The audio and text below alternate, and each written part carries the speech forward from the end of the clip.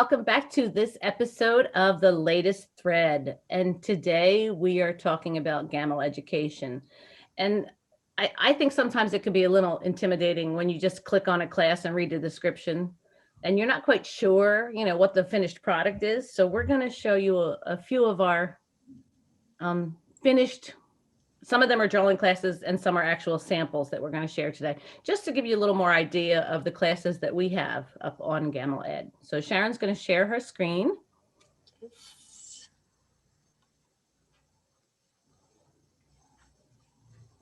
So of course we have the 2019 tour, and who misses the tour?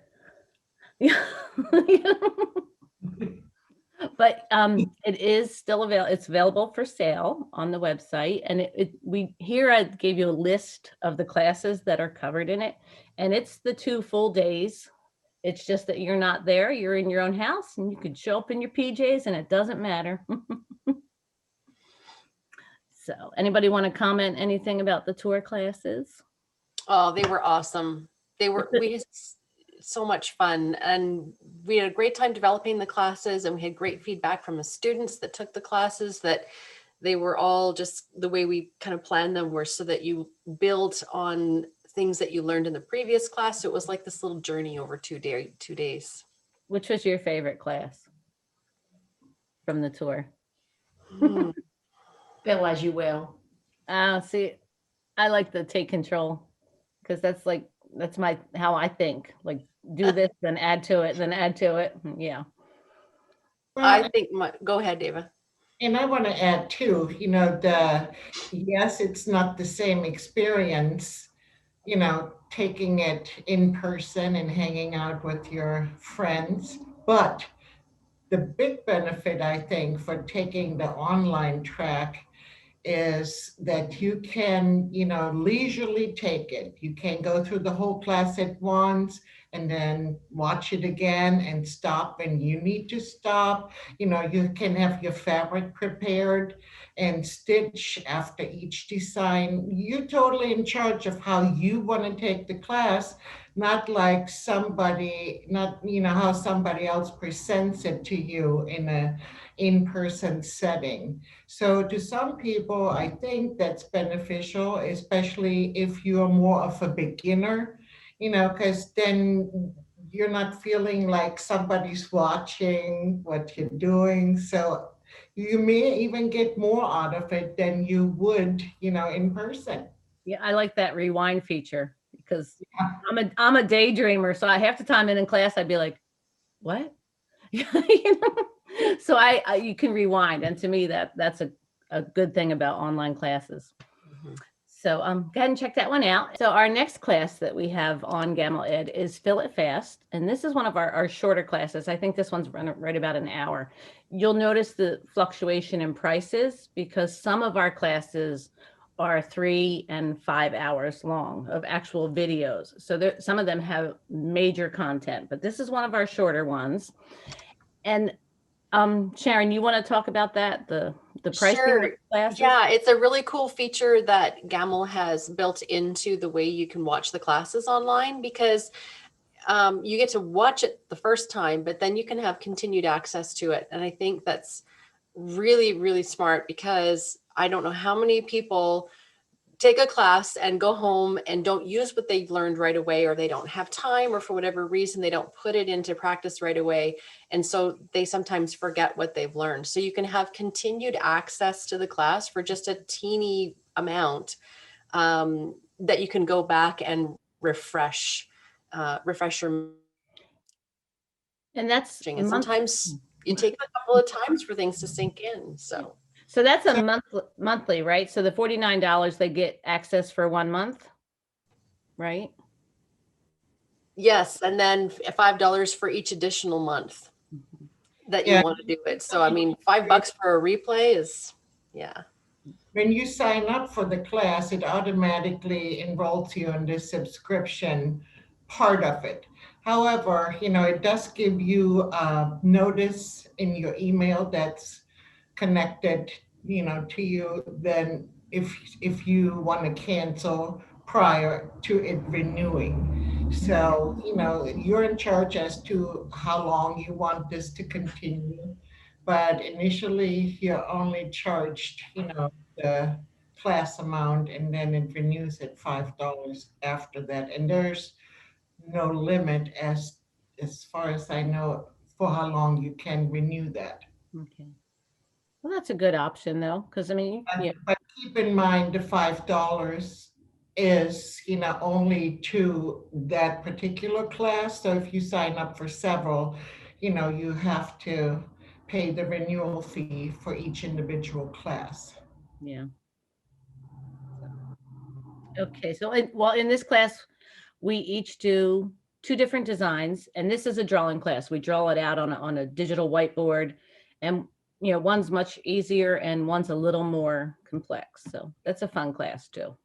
Yeah, I think this, you get like 8 pretty easy designs, that I think you learn all these and you kind of have it covered.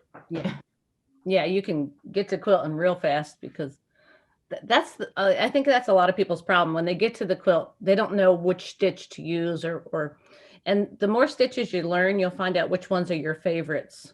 And that way you can just have your go-to stitches to use.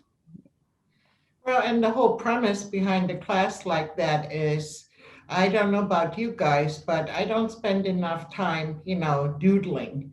So it gets you by, taking a class like that, it just allows you to see, how quickly you can add your own quilting designs just by playing around. And, so I think that's worth, taking a class like that because it's fun. Yeah, and if you're not a doodler before class, you'll probably be one after class. All right, what do we got next, Sharon? Find your feather. Who doesn't love feathers, right? So in this, oh, go ahead. I think most of us do. Yeah. And in this class, again, we are, drawing our different styles of feathers. And, Yeah. So you have the formal feathers, you have more simple feathers because it truly reflects the title, Find Your Feather. Because all of us like feathers, but the way we execute them, is totally different. We look at them different. For instance, Karen Marchetti is the queen of doing the long arm feathers, able to do them in any direction from the top down. I cannot do that. I've tried, not possible, even with practice. So we all have our own unique styles and techniques and come up, and they're equally beautiful in their own ways. Well, that's any part of any feather class is you have to find what works for you. And I mean, it may be, these are the rules to make this particular feather, but once you learn all the rules, then you can break them any way you want just to make your own feather. So, Yeah. And I think every quilt doesn't warrant the same, you know what I mean? Like certain feathers go better with some quilts, I think. I mean, you definitely want to try to learn all of them. But I remember from the tour that we did a feather class. And so this is kind of like a very focused class, pulling very specific feathers out. And that's really helpful for people because I remember at the tour that some of the feathers you would be just like, they would click with you and be like, oh, I can finally quilt a feather. Whereas they've been trying to do them a different way forever and not having success. And all of a sudden it's just trying a different method or a different path or a different style. And all of a sudden it clicks. So that's really important to keep trying. And this is just another variation of a class that you can take that hopefully will click for you, one of them. yeah. Moving on. Moving on. Oh, this one I love. I love this class. Okay, this is one of those, it's just shy of 5 hours, but you get so much information because this is when we had 5 hand-guided educators, excuse me. So what we did is we did 5 separate virtual round robins. And if we go to the next screen, So you're actually getting 25 little lessons within this one class, because we did all 5 versions, and the way that it landed is we all did a separate section of each quilt. So it was so much fun. And these are the 5 finished products. But in class, you get to have, there's a video of each of us doing each section. So you have our thought process and why we're doing that design, whether it matches up to something someone else drew, or it just, I love this class. Yeah, I think that the thought process part is really great. I mean, there's nothing better, you know, it's great to look at a quilt and say, oh, well, that's really pretty. But like, why, how did they know what to put there or how? So you get to hear us talk through, you know, why we chose what we did. Yeah. So I like that part of it. And that truly was a fun class, because you didn't know what the person before you, what their thought process was, you know, and why would they choose that? So now am I gonna add my own, how I would look at it, or do I continue what was already there, even though maybe that's not my thing? You know, it was frankly like a challenge almost, because our styles of quilting, some of us are more similar than others. And so it was a challenge, but it was a fun challenge, you know, and seeing it all together, you know, that is truly a good class. You will get so much out of that one, you know, think about it, just shy of 5 hours of. Yeah, it's a I mean, I shouldn't say it's a long class, because you take it in segments, Right. but it's a very full of information class. Yeah. So that was my favorite one. I love staring at these pictures and trying to remember which parts each of us did on them. And sometimes it's really hard. Well, that's because we had to tweak our styles a little to fit the prior round. That's right. Yeah. Which is a really good lesson as a quilter, because we don't always get the, you know, if you're quilting for other people, you don't always get the exact same style of quilt to quilt. So it just makes you more versatile, right? Plus, you have to adapt in that case to what their wishes are, whether you agree with it or not. So, yeah. Yeah. But I think overall, it just makes you look. When you have a whatever block or small quilt in front of you, as this one, you know, to see, especially looking at the pictures now, how you can break it up, you know, and how different designs affect the overall look of it. So, Oh, yeah.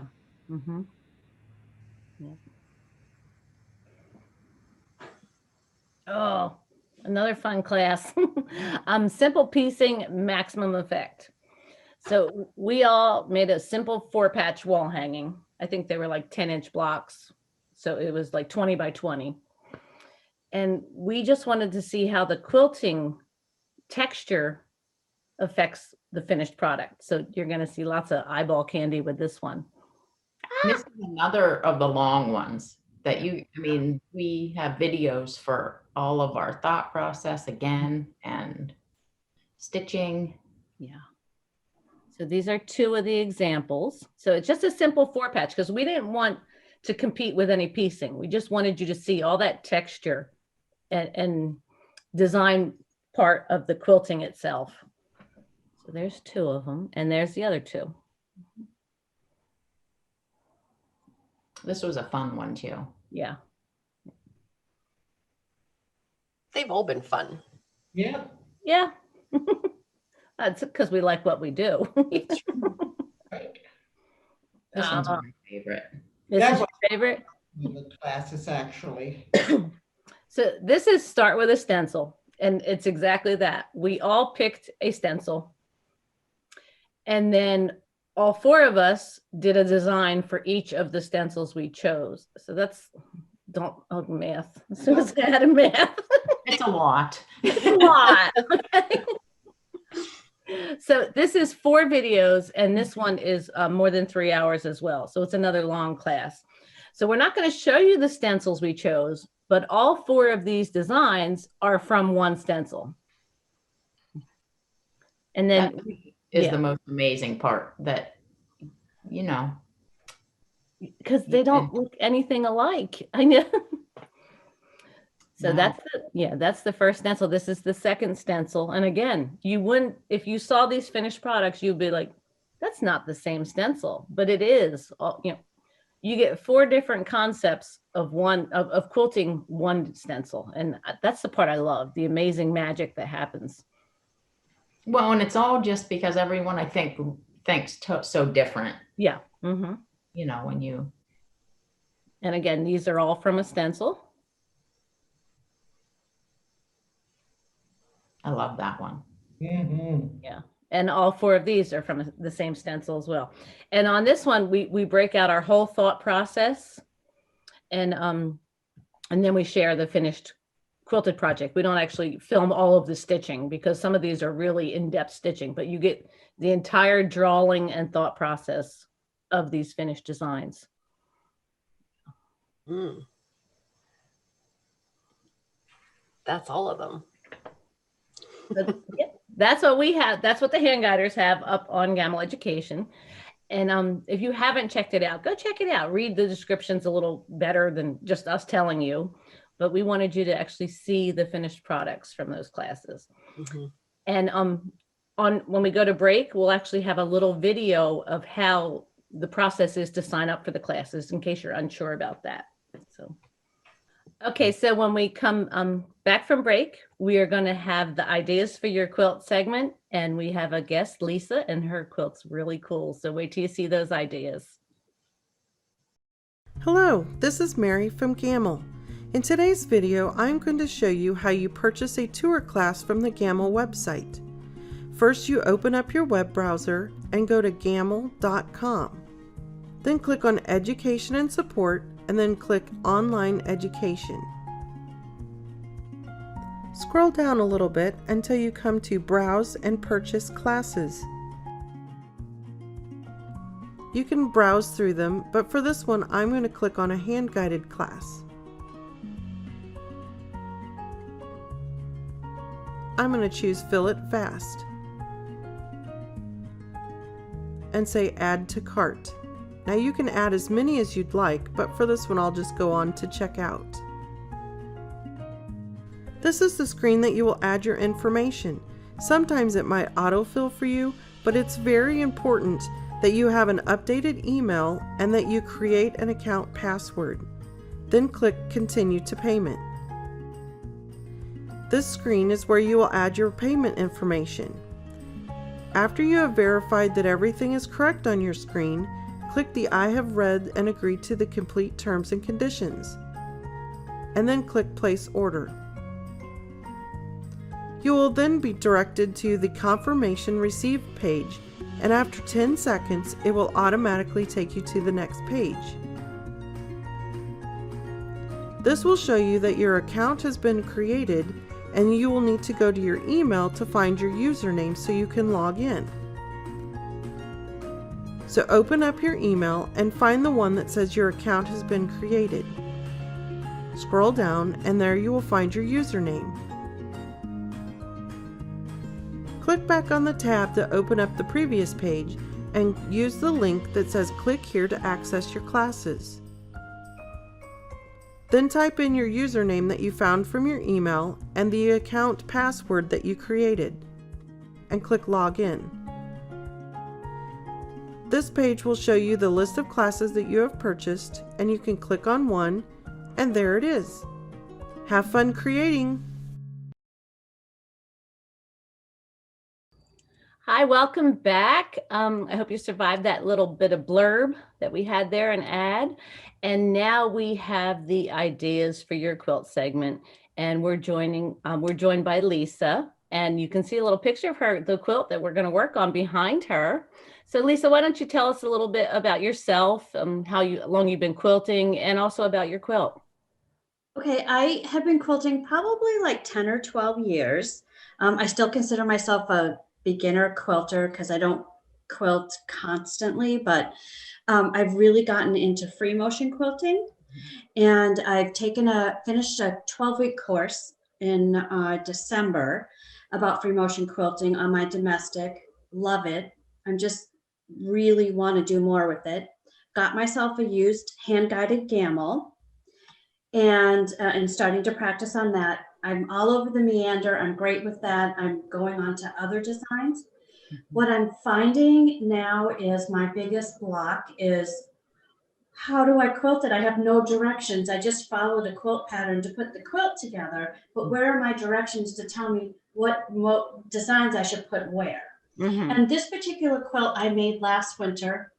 We normally go to Mexico for 5 months, and my sewing machine must come with me. So I completed this last year when we were down in Mexico, and I've just held on to it ever since, trying to figure out. That's why it's hanging on my design wall, so I can try to be inspired. Like, what should I do? I don't want to meander all over it. I need to branch out.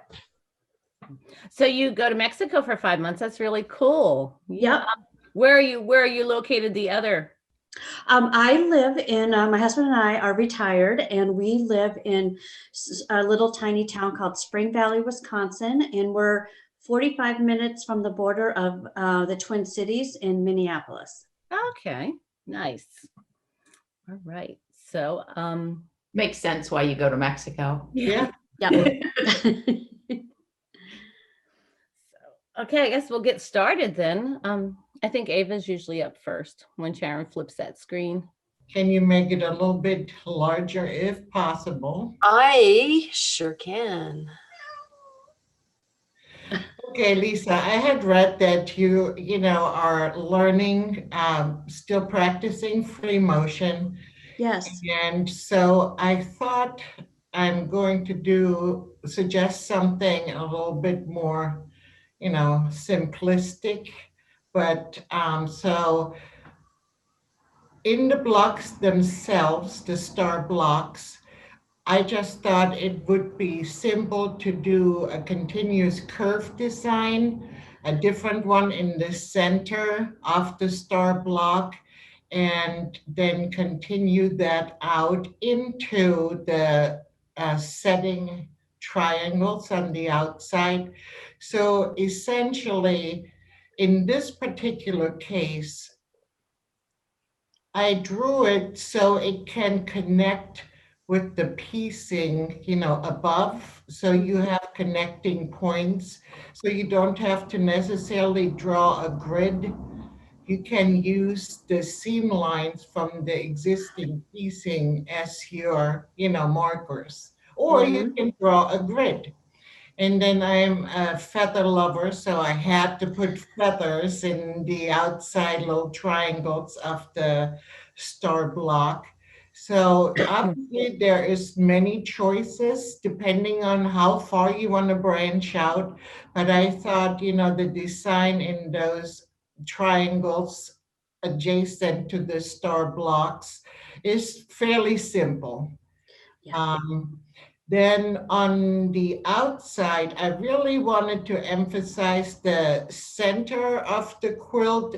Hence, I used diagonal lines to really emphasize the center. I guess in my head, I called it the center medallion. It's really not a medallion, but that's what I called it. And so I wanted to emphasize that. And again, you can use the piecing that's in the outer star blocks kind of as a reference to line up with your ruler. You didn't indicate whether you had played with rulers or not, but because you can use those piecing points, as a reference, you don't necessarily have to mark the spacing, I based on that, using those marks, but obviously you can make them more narrow if you want. And then going in the other options for the border, you can actually bring those out all the way through the the sashing inner border and outer border if you so choose. But it also would be pretty, as I did on the right-hand side, to do feathers, feather swag type thing, because then it pulls it all together if you add the feathers, in the blocks. So based on how much you want to challenge yourself, there's, different options. That's So beautiful. thank you. Thank you. You're welcome.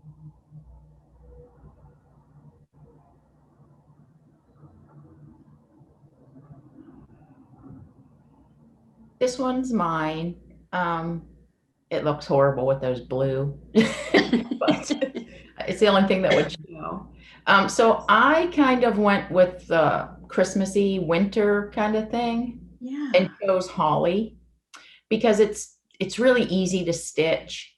And I like to use it because after you stitch like the holly leaf, you can travel right through to add the spine and just keep on going. Mhm. So it works nice when you're kind of trying to fill in a space. And so I Mhm. just did that in that green background around the center because I feel like you're going to be able to see the quilting the best there. Mhm. So you should at least be able to see those leaves.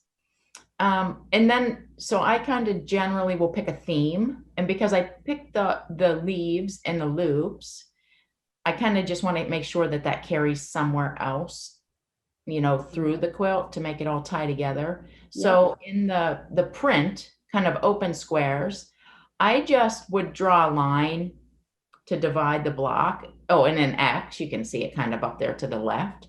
I would just chalk that freehand just so I had a guide. And then what I did was traveled around as I stitched that block in the ditch. And you can pause kind of at the center to add in the holly and some little curls. So kind of, you could probably do every pass totally nonstop without Mhm. tying off.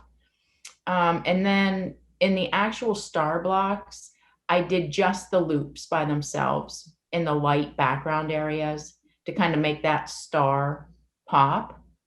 And again, as I stitched in the ditch, I would pause in the corner and go in there and just put in one bigger holly leaf with some curls. That's wonderful. Then in the sashing, I don't know obviously how big that is. I'm one who generally, if it's a narrow sashing, I like to leave it unquilted and just stitch in the ditch because I don't know, I feel like it frames it really nice. Yes. But if it's larger, then I would put something in there. And I just chose little curls because it kind of goes with the rest of the curls in there. And then I carried that same idea right into the border and just did a random wavy spine. Mhm. And I wouldn't even stitch the spine first because as you travel along and add the leaves and curls, you're kind of going to stitch the spine. Yeah. So I would just mark it as a guide to travel along. Okay. Great.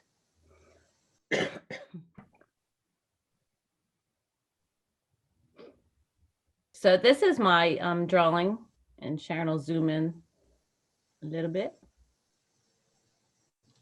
Maybe out just a little bit. There. Yeah. There. So sorry, I'm very similar to Jodi's idea. I picked swirlies, curls as my theme for the quilt, and I just did all over swirls in that green background, and then in the main star block, I just did like continuous curve and then echo it. So I wouldn't use a ruler for this. I would just give myself a chalk line and just aim for the center of that chalk line. Mhm. Just with more little curlies in there. When I get to the red corners, I just add a little loop.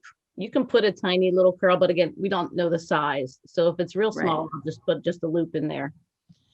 And then it's very similar. I try to do that whole pass as one, do the continuous curve, travel over, put the loop in, get to the star block, finish the star block, and then finish that other little background piece. Mhm. And same thing with the inner border. I'm sorry. If it were real skinny, I might just put one straight line through it. If it's wider, I'll put two, just something to tack it down, but not over quilt that area. Mhm. And then in my border, I just did random loopies, some single, some double, just to pull that cohesiveness to the quilt. Mhm. it looks like more quilting than it actually is because it's that pen. Yeah. No, it looks wonderful. Yeah. So this is how I quilt a lot of my client quilts, just curly loopies everywhere, Mm-hmm. little swirls. Yeah, Thank this is great to have all these options. And if I could ask a question, do you have suggestions on thread color? Yeah, well, I'm sure that could go in a lot of directions, but it depends on personal preference always, but like on this, I would probably pick a little shade, like a beigey shade, but not so light as the background, but also not into a brown, just a nice beigey to pull the browns from the pine cones and the beige from the background. okay. And then too, that would let you see, like that border is going to be, if you were to use a darker thread, it's going to be nearly impossible to see it. But at least with a tanny thread like that, Yeah, you'll be able to see it somewhat, I think. excellent. Okay, that's great. Yeah. Last Ooh. one. Oh, Last wow. So you're branching out from the meander a little bit. So I thought, what if you just jazz up your meander and throw a little leaf in there somewhere? And I felt like these stars were kind of floating on this little background of the pine cones and the beige in the middle. So I Mhm. continued with the design right up into those little edges and scooched through and added leaves in even those spaces there where it's opposing that red triangle. Oh, yeah. So the red triangles are quilted with a simple one angle in them, just to have them be a little bit more bold and framing. But all of the light I've treated as the same as the light pine cone print in here, just to give the appearance that those green stars are floating. So Mhm. inside the green star, just because we have lots of movement out here, I decided to do an inside echo on the points of the star on your geese, and then a crosshatch in the print, just because I like more simple quilting on top of busy fabric, because it just depends on how much, and it's a personal thing, how much busy you like. And so I just felt that it was just a nice contrast with the straight lines for all the curves and the leaves and good stuff in there. So that's treated as one background. And then I did a curved crosshatch in here just because beside a busy area, I want to oppose that with something geometric, either curves or straight lines. So instead of just doing the straight crosshatch, I decided to do a curved crosshatch, and that can be really simply done with a nice curved ruler. So it shouldn't be too difficult for you. And I repeated the same crosshatch out in the outer border, just because that's the same fabric as this one, and it just has a nice consistency to it with the same quilting on that same bit of fabric. And then the last area was this border right here. I treated that, and I don't know, it looks like to me that that's the same width, that green and the light. Mhm. And so if Yep. it is, even if it's not the same width, you can still do this, but just to put a little curl and use the leaf that you use in the inside here, a little curl and the leaf attached onto it, and just to fill that space, and you can use that seam between the two fabrics as your spine to get through there. You have 4 designs. I know, I'm so excited, and I'm probably going to start sewing this afternoon Awesome. because I want to get going. Yeah. Make sure you share with us. Yeah, finally share finish? the Yeah. finished picture. I will. This has been very inspirational and so helpful for me. I'm terrified of making a mistake, but I'm slowly learning that a lot of this process is personal preference. Mhm. And I can't be afraid to put that needle into my cloth and just start And just, quilting. if you're going to make a mistake, make it early enough, and then just Yep. add that same mistake later, and then it's not a mistake. That's right. And in doubt, add more. Add more. Exactly. Yes. Well, thank you so much for joining us, Lisa. I hope you got a lot of inspiration from that. Yes. Thank you so much. I really appreciate this. Awesome. So I will be in touch and email you with all of the pictures of the designs for you as soon as we're done here. Excellent. Thank you so much. Have a Thank great you, day. Lisa. You too. Thank you. Bye. Lisa. Well, I hope you enjoyed this episode of The Latest Thread, and we'll see you again next time. Bye. Bye.